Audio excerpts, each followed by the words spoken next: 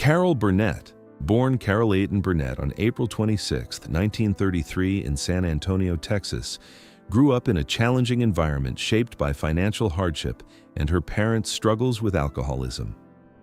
Much of her upbringing fell to her grandmother in a modest Los Angeles apartment where resources were limited, but love and guidance remained.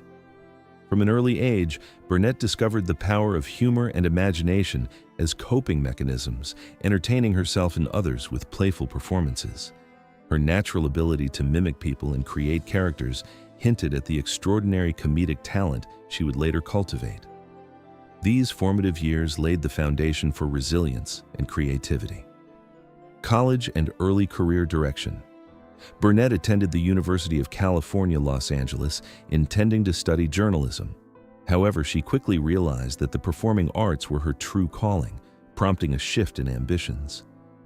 During this period, an anonymous benefactor gave her financial support to move to New York City to pursue theater, with the understanding that she would pay it forward someday.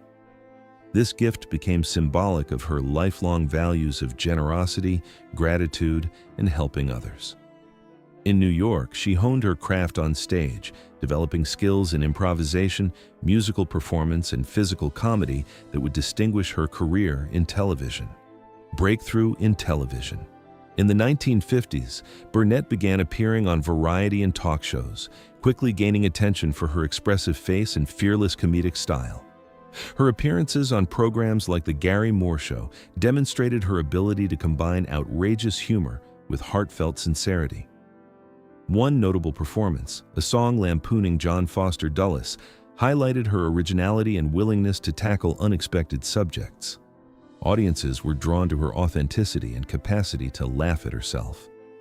These early appearances helped her establish a reputation for creativity and courage, laying the groundwork for a television career that would redefine the role of women in comedy. The rise of a variety show icon. Burnett's defining professional achievement came with the launch of her long-running variety show in 1967.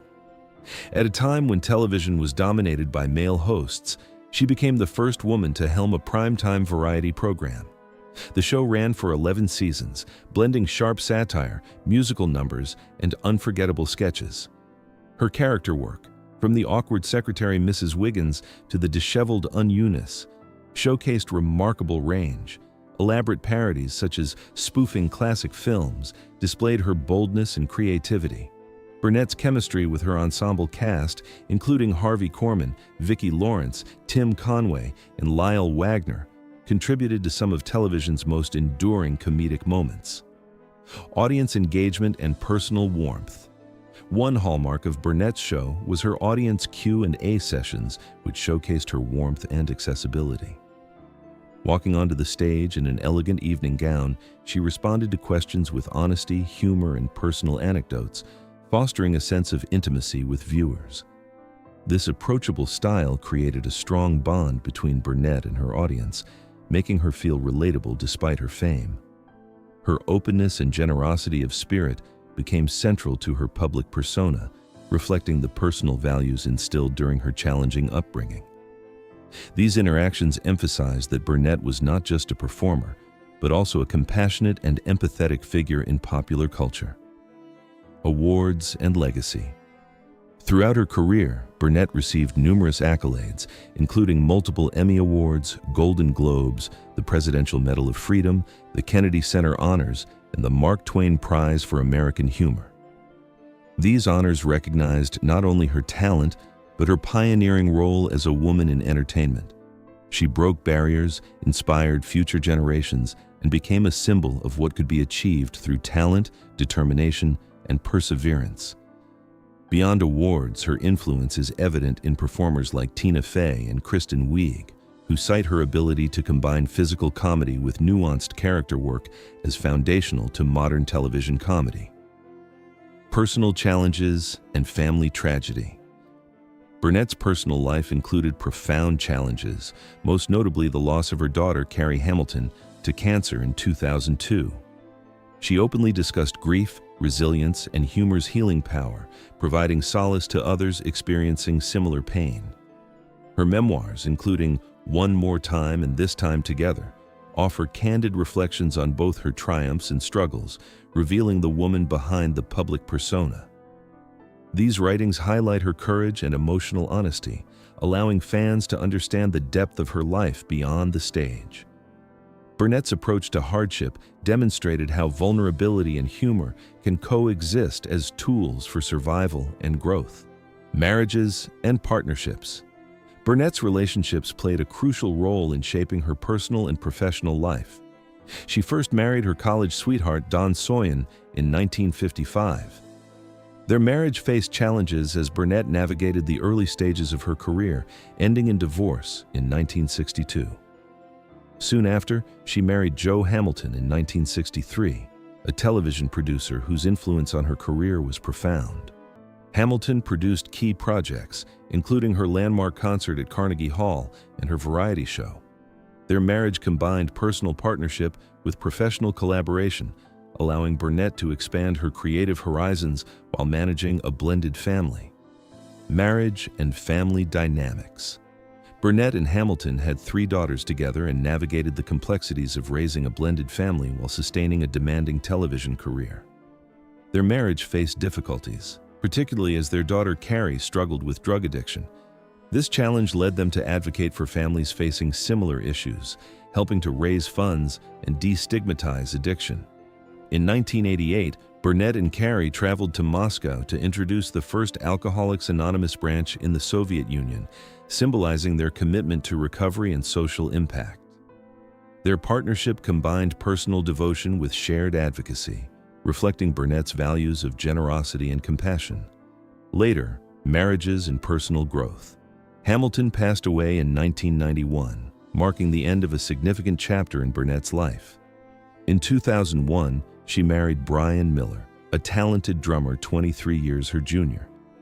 This marriage reflected her openness to love and new beginnings despite societal expectations.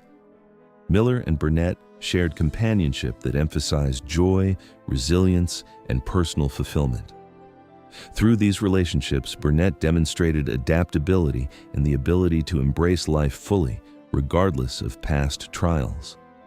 Her personal growth intertwined with her professional achievements, creating a legacy that emphasized balance between career, family, and personal happiness. Complicated emotions. Behind the scenes, Burnett's feelings toward Korman were shaped by repeated personal and professional clashes. Working closely for over a decade, small irritations accumulated, often amplified by the pressures of producing a long-running show. Her dedication to maintaining professionalism meant suppressing much of her frustration, which intensified emotional strain. Despite admiration for Korman's talent, Burnett admitted to moments when she could not stand him. These feelings underscore the intensity of working relationships in entertainment, particularly when 2 strong personalities with differing values must collaborate closely under constant public scrutiny. Impact and reflection on career. The complexity of Burnett's relationships behind the scenes adds depth to her career legacy. While audiences experienced seamless comedic magic, the reality involved emotional labor, conflict management, and resilience. Her ability to navigate these dynamics while producing innovative, influential television illustrates her professionalism, skill, and emotional intelligence. Burnett's candid reflections on these challenges reveal the human side of show business, emphasizing that great artistry often requires navigating difficult personalities, personal conflicts, and high-pressure environments. Advocacy and public service beyond comedy, Burnett used her public profile for meaningful causes. Her work included campaigns for medical awareness, symbolically receiving the 1 millionth medical alert bracelet. She also actively promoted addiction recovery initiatives and public health programs. These efforts reflect her lifelong commitment to helping others, an extension of the values instilled by the anonymous benefactor who supported her early career. Burnett's advocacy highlights her belief in using personal success for social good, combining celebrity influence with genuine empathy to effect positive change. Lasting legacy in comedy, Carol Burnett's influence remains pervasive in entertainment. Her ability to blend physical comedy with sharp characterization has inspired countless performers and shaped television comedy standards. As a pioneering female host, she broke barriers in a male-dominated industry, proving that talent and determination can overcome systemic limitations. Her work set a precedent for women in comedy, showing that creativity, resilience, and authenticity could achieve both popular acclaim and cultural significance. Burnett's enduring impact continues to resonate, ensuring her place as a trailblazer and role model in entertainment history.